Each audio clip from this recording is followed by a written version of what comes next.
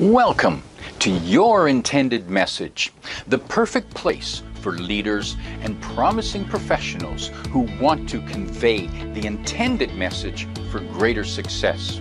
Every week, we interview experts who can help you communicate more effectively, whether that's one-to-one, one-to-few, or one-to-many. And perhaps the most important conversation, one-to-self.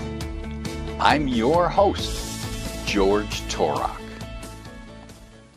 My guest today is Peter Legge. Here's 3 facts I think you should know about Peter.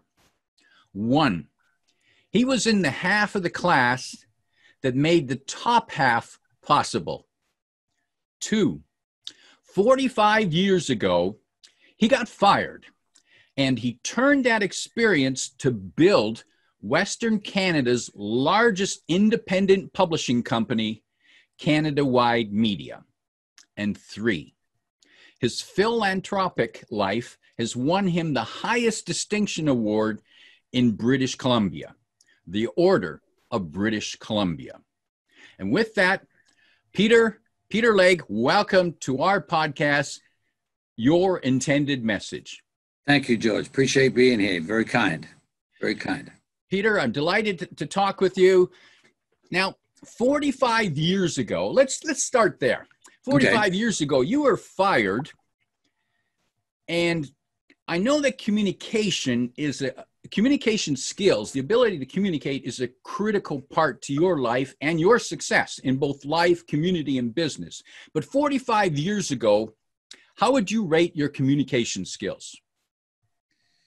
Well, in terms of what I was doing, I was the general sales manager for a radio station in Langley, called CJJC. It's no longer on the air. And I thought I was doing a pretty good job. We were exceeding budgets and had a great sales force. And the owner and manager of the station wasn't really big into sales, so he left all of that aspect to me while he conducted the on-air and the hiring and firing of those people. But we obviously had philosophical differences of how it should be done. Even though I was not involved in the programming, I was just involved in sales. And so unceremoniously, one afternoon, a memo circulated around the station from him that simply said, Peter Legge will no longer be working for CJJC. It will be business as usual. Remember that memo. And I thought, well, it might be business as usual for him, but it certainly wasn't business as usual for me. Now, Langley and where we live are about a 40-minute drive in those days. And so I collected and it's his radio station, so he could hire and fire whoever he wanted. That's okay. And so I got in my car and I drove as slowly as I could home to tell my wife that I got fired. And the reason I drove slowly, because I needed to frame it properly. How was she going to react? What was she going to say? Was she going to divorce me? Was she going to kick me out of the house? What was she going to say, right? I didn't know. I was scared. So I pulled up into the house a little earlier than normal, and she said, oh, hi, sweetie pie. How you doing? Have a good day today. I said, well, it was a little different. Let me get changed. Let me have a glass of wine. Let's sit down in the front room, and I'll tell you about the day. Great, she said. Not suspicious at all of what I was going to tell her. So I sat down and glass of wine, and I said, I got fired today. Dead silence. Not a word. Not a smile. Absolutely nothing. At least for 5 minutes. It felt like 5 hours. And then she said, that's good. That's good.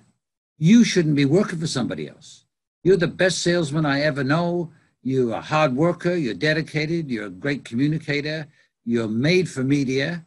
So tomorrow morning, this is what I want you to do, is get dressed, shine your shoes, go out there and find a business that you can own and run yourself and build. I thought, wow, talk about the power of words, the power of words. Now, did she really mean that at the time? I really don't know. But that's really what I wanted to hear. I needed to know that she loved me, she cared for me, she wasn't giving up on me. So I got fired. Big deal. Millions of people get fired. They don't actually have a spouse like I had to turn around and encourage me.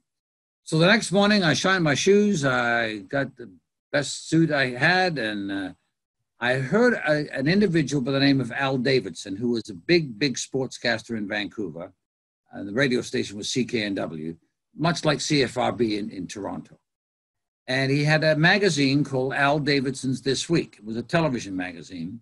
And he went bankrupt 2 days before I got fired. I had known Al. So I phoned him and said, Al, why don't we have lunch today? Great idea. I ended up buying his magazine. Now, he'd already printed next week's magazine, which in hindsight, I didn't realize how fortunate I was. And I paid $76,000. I didn't have 76 cents, but I said, I'll pay you. And he said, well, I know you will eventually. And we renamed the first edition to TV Week magazine. And 45 years later, it is still our #1 magazine that we publish. And it has helped us grow and build this Canada-wide media with some very, very talented writers and art directors and salespeople and marketing people. And that's how we started. Now that still married to that same wonderful lady. I would think so. Don't let her go, Peter. Don't let her go. Absolutely.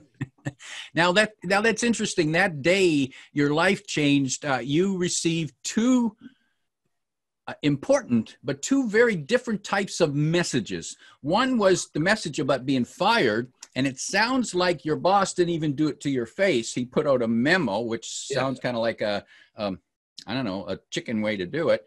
And then when you delivered the bad news to your wife, she thought about it, and she paused for a long time.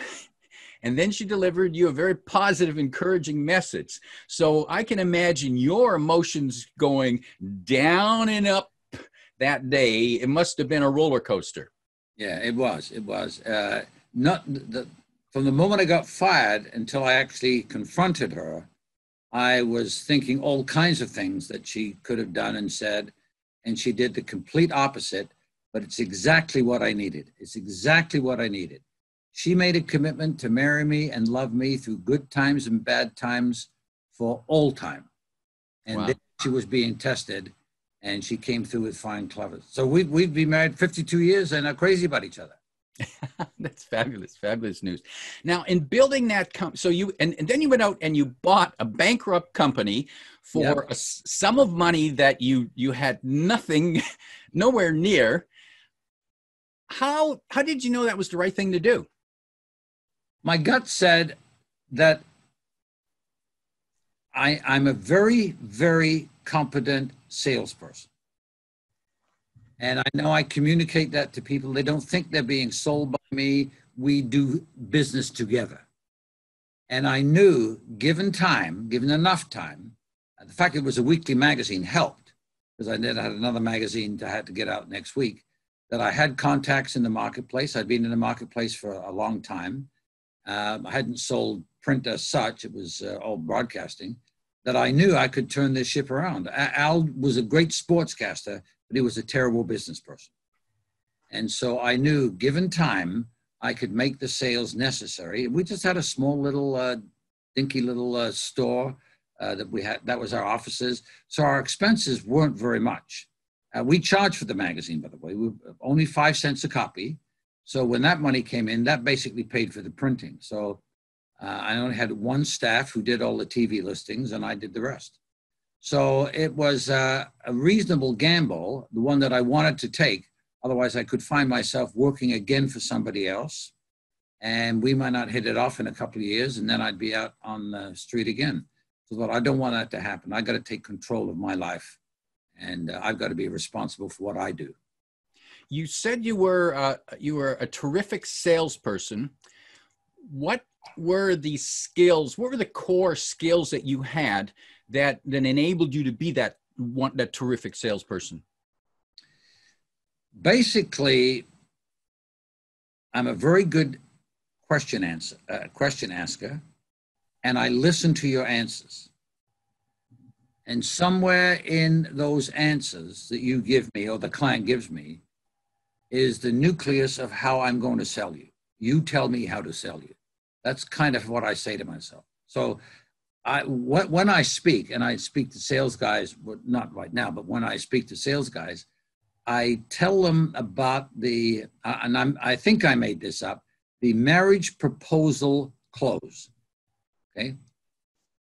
No one else has said this. The marriage proposal close works this way. If you go up to anybody, if I said to Shari, will you marry me? Her answer would be no. I would expect that. Then I say, why won't you marry me? Well, because you're married. So if I wasn't married, would you marry me? Well, yeah. Or there could be some excuse. Well, I'm married. Well, if you weren't married, well, I don't love you. Well, if you weren't married and loved me, would you marry me? So you keep repeating the reason they're saying no and eliminating them until they say yes. So if you take that, and that's, obviously I don't go up to my clients and say, will you marry me? But will you buy this proposal? No. Why? It's too expensive. Well, how do you mean it's too expensive? Well, you want $10,000. Well, is that more than your budget? Well, my budget's $6,000. So are you telling me you'd buy this proposal for $6,000? That's exactly what they've said. They said, well, yeah. Then you have to quickly figure out, can you sell this proposal or whatever it is for $6,000? Ask good questions and just ask good questions. Wait for the answer. And listen. Ask good questions and listen. And maybe not immediately, but somewhere down the road. So and you do it exactly the way I'm doing it. So, George, tell me, you don't have a $10,000 budget, but you have a $6,000 budget. You ask it just like that. It looks like you're making it up. So if I could price this at $6,000, could we do business together? You've just told me that. Yes, we could. I'll see if I can do that. Now, or whatever it is. Okay, so there's your magic formula for sales, but communication has also played other parts in your life. You are a professional speaker. You've spoken all around the world. How did you develop that skill set? Did that come out of the sales ability, or was that something that you set out to separately build? I think I discovered that by accident. I went to school in New Westminster. It was just outside of Vancouver. The junior high school was called Vincent Massey, and the senior high school was called Lester Pearson, one named after our Governor General, one named after our 18th Prime Minister. And I was asked to give the address in the auditorium for the grade 9s graduating from junior high to senior high. Somebody said, Peter will do that. Was this when you were a student or later? Yeah, I was a student. Oh. I was graduating with the rest of them into high school, and they said, well, we need somebody to do that. It wasn't really a convocation as such, but it was, would you address the grade 9s? They're only graduating to high school. So I was asked, said, yeah, I'm happy to do that. So I did it, and I loved it, and that got me hooked. And so when I went to senior high school for 3 years, I ended up emceeing most of the assemblies, speaking at most of the events, and learning it that way, learning how to speak. And I just kind of loved it and fell in love with it, and people seemed to appreciate what I was doing and how I did it. Now, besides building and running the publishing company, you've also managed to maintain this full-time business as a professional speaker. Your speaking skills have been recognized by Toastmasters International. They awarded you with the Golden Gavel Award. That's their highest award. You've been recognized by the National Speakers Association in the U.S. with their CPAE Award, which is their highest award. How have those awards and that professional speaking helped you in your own publishing business?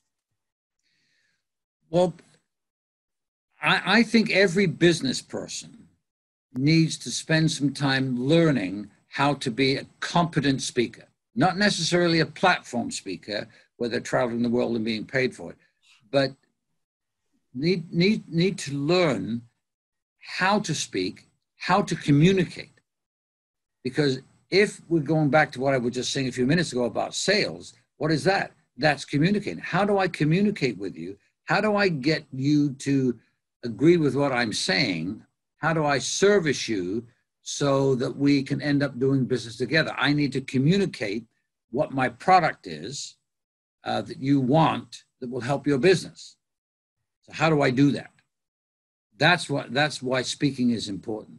And being on the platform, I mean, if you want to go through how I would do a typical speech, the speech part is maybe 10% of the 100%. It's all of the other things that make you communicate to be worthy to be on that platform. How you open, how you present yourself, how you say to the person who's introducing you, and you help them exit the stage, because that's their moment in the sun. 9 out of 10 speakers kind of push them out of the way verbally and get onto their message. But if you help them leave the stage with grace and say, thank you, George, it's very kind of you, I appreciate that, before you get back to the podium, and then you start your message. That visually to the audience says a lot. Oh, this is a guy's a kind man, because you're probably working for the organization that hired me. So I need to treat you with respect. I've never met you. You're the introducer, right?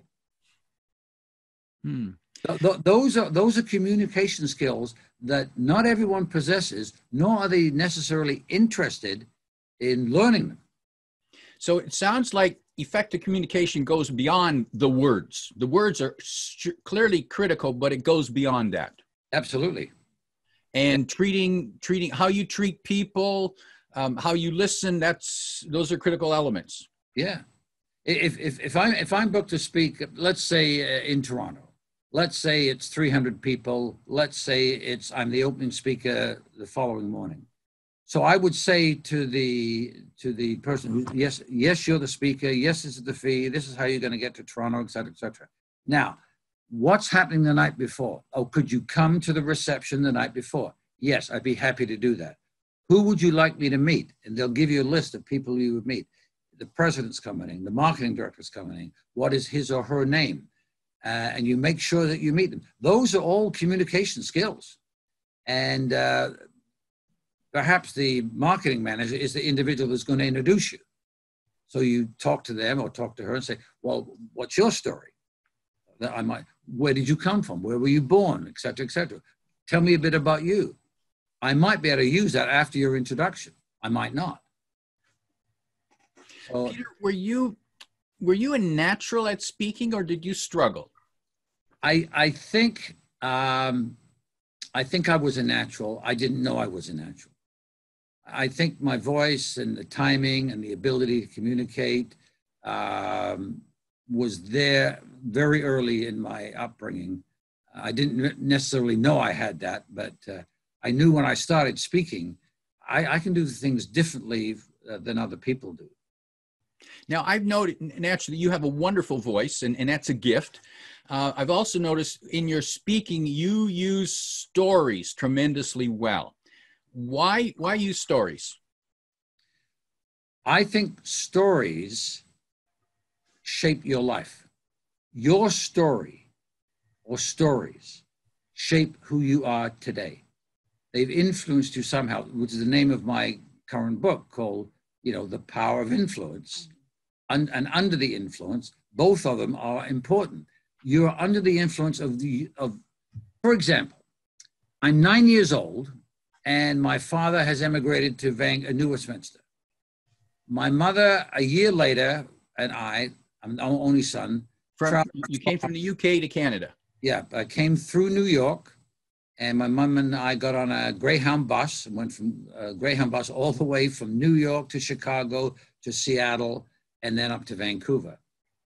And I'm 9 years old, long trip. When we were in Seattle, we went to the Greyhound bus station coffee shop. And there was a woman sitting next to my mother. I hadn't realized my mother was flat broke. And she knew that I was hungry. And she said, Peter, would you like a French fries, a Coke, and a hamburger? You don't get those in England. I said, yeah, love them. So how she was going to pay for them, I had no idea. I didn't know she was broke. But the woman sitting next to her kind of sensed she needed money, and so slipped her a $5 bill, and then slipped away from her seat, never to be seen again. So on the 3-hour ride from Seattle to Vancouver, I thought, is that what it means to be kind to strangers? And I'm 9 years old. And I thought, it probably is. So how do you be kind to strangers? What can you do for somebody else and enough other people that help shape who you are? So I don't necessarily use that story that often, but that woman, nameless woman, has inspired me to get involved with as many charities as I can, raising multi-millions of dollars of money. I haven't kept a penny of that. That's for the charities. Did that all start with that woman's graciousness of slipping my mom $5 for a hamburger, French fries, and Coke? I think it did. Now, I think that's a good story. It's not just a story, it's a real story. So I tell stories that are meaningful because you've had something like that happen to you. The audience has had something like that happen to them. Have they learned from it? Have they diarized it? Have they committed to memory? Have they allowed it to shape and influence them and what they're doing? And it's interesting, Peter, when you told that story, I'm envisioning a 9-year-old boy with his mother at a bus station, the 9-year-old boy enjoying his fries and drink. Yeah. And that memory stays with me. The image stays with me longer than the words do. Well, that's the power of stories, George. That's the power. So if you've got, and we've all got stories. Some of us are ashamed of them. Some of us don't want them. Some of us don't think they're any good. But it's interesting if you tell the story. It's got to be a legit story. You can't. If I just make it up, I say I'm just making this up. But I don't make up the stories. Stories that I tell are experiences that have happened to me, what's been done to me, what I've accomplished, what I haven't accomplished, what I failed at, all those things. And people like to hear that because they've had something like that happen to them, that they haven't necessarily seized on it to help them benefit them and grow their career and their marriage and their family and what they do in the community. I mean, I'm not a rocket scientist. I'm not a genius. But I know what works. Now, Peter, you've demonstrated your communication skills in another way, and that's in writing books. And in fact, you've authored 23 books, and you mentioned your most recent book, Under the Influence, how influence shapes the person you become. What's your key message from this book? I think the key message is that all the stories that are in your life, all the things that George has done over his career have directly or indirectly influenced you. You may not have thought about it, but over the years, I've thought about all of my experiences and how they have helped me develop who I am and what I do and how I interact with people. That's the power of stories. And when they're your story and you tell it from the platform, it's unique to that audience because they've not heard it, because you've experienced it. Sometimes you failed. Sometimes you screwed up. Sometimes the outcome didn't happen the way you wanted it to. But nevertheless, you learn from it. And you're challenging them to dig deep down into their soul and their heart. What have they done? What have they failed at? What have they accomplished? What do they want to do with their life? Because life is very short. And so we need to learn from other people, and we learn best from their stories. Now, interesting, those stories about when we failed, when we embarrassed ourselves, are probably the most difficult for us to share, but probably the most effective. Yeah, I mean, I'm ashamed of the fact that I've only ever been fired once. And even if I was going to speak today and tell that story, if that was going to be on my program, I would still, in my heart, feel somewhat ashamed that I had upset the manager to the point where he was going to fire me because I knew I was doing a good job as a salesperson. But it was the very best thing that could happen to me. So that's why stories are important. they shape and influence you. If I hadn't been fired, would I have been laid off when I was too old to do something else, when the license was taken away? And, so I've learned from all of these stories, all of these good things and bad things. Now, Peter, in the book, you talk about the power of influence that our stories have on us in our life. But what about the influence that we have on others, the people around us? How much responsibility should we take, should we accept, and how should we use that influence constructively? Now, that is a very good question. Let's say there's an audience of 300 people, men and women, tomorrow morning that I'm speaking to. They're going to, and I'm at the cocktail party the night before. They're going to, those people that know I'm speaking, the keynote speaker tomorrow morning, they're going to look at how I dress, how my shoes are shiny, how I interact with people. Am I hitting on the chicks? Does that mess up my message? Absolutely. Do speakers do that? No question about it. Are they married speakers? In many cases. I don't do any of that. Do I swear? No. They notice all that. And that builds who I am. Am I polite and courteous and ask questions and focus on you as the president of the organization that just flew in from Winnipeg and you might be introducing me tomorrow? I want to learn something about you that night. So people are going to look at my conduct every day. Now, I'm definitely not perfect, but I try and work at it. I try and be exactly who I am. So when I get up to do my 45-minute speech or whatever it is, they're saying he's authentic. I saw him last night at a cocktail party, and actually there was a girl hitting on him, and he didn't want anything to do with it. Because it's just not, it's unnecessary, right? I'm married. I'm in love. Got 3 kids. I got a great company here. Probably 60% are women. They need to feel completely safe. If I'm riding in the elevator with them or give them a ride to the bus depot or whatever I'm doing, they need to know I'm the real thing. Peter, here's a line from your recent book. Your reputation enters the room before you do. That sounds like what you're just telling us about. Yeah, it is. Your reputation enters the room before you speak, before you're at the cocktail party, before you're at the reception. And it all begins with maybe the meeting planner, the person that's going to hire you. It starts many years ago. So you have to be real. What they see has to be real. You have to be real as you are on stage, before you go on stage, after you're on stage.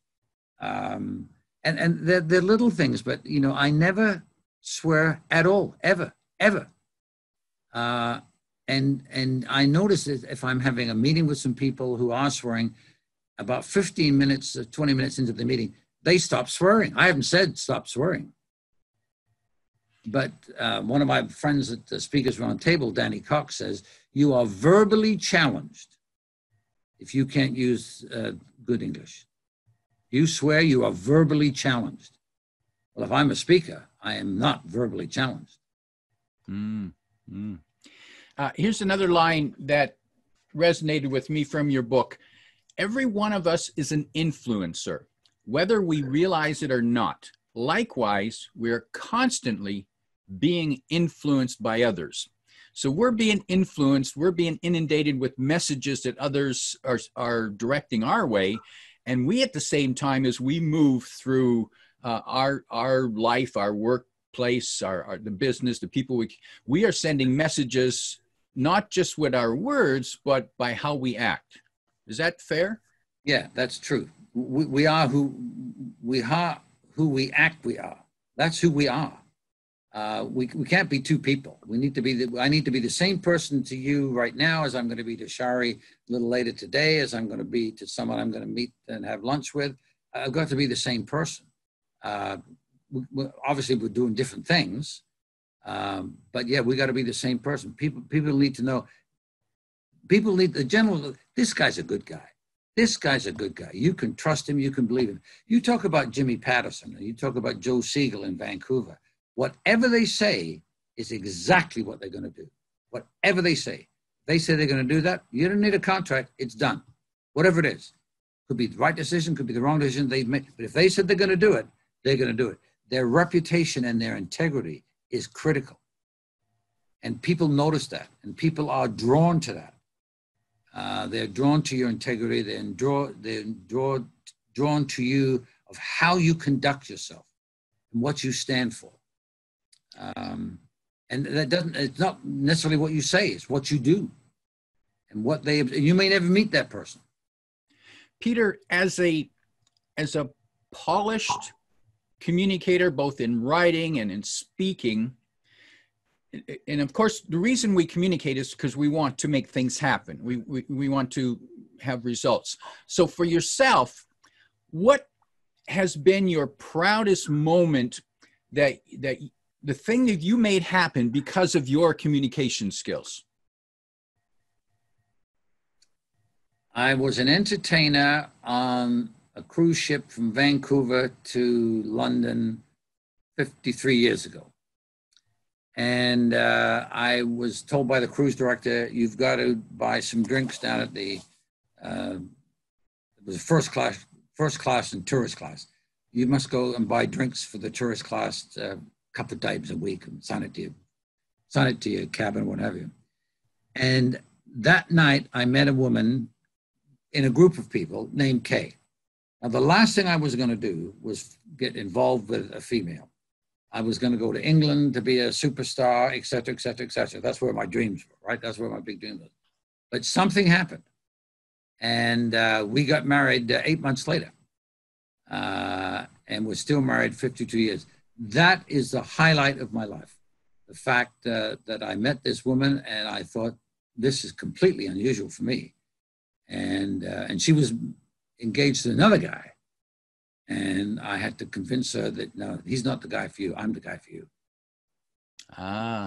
Peter Legge, that's an appropriate note to finish on today, a very positive way to finish, a wonderful accomplishment in terms of communication. Marry me. It worked, and you've built a successful business as well as a professional speaking business and authored 23 books. Thank you very much for joining us here on Your Intended Message. If you like what you heard, remember to like, comment, and share this podcast. Come back every week for more practical insights to help you convey your intended message. I'm your host, George Torok.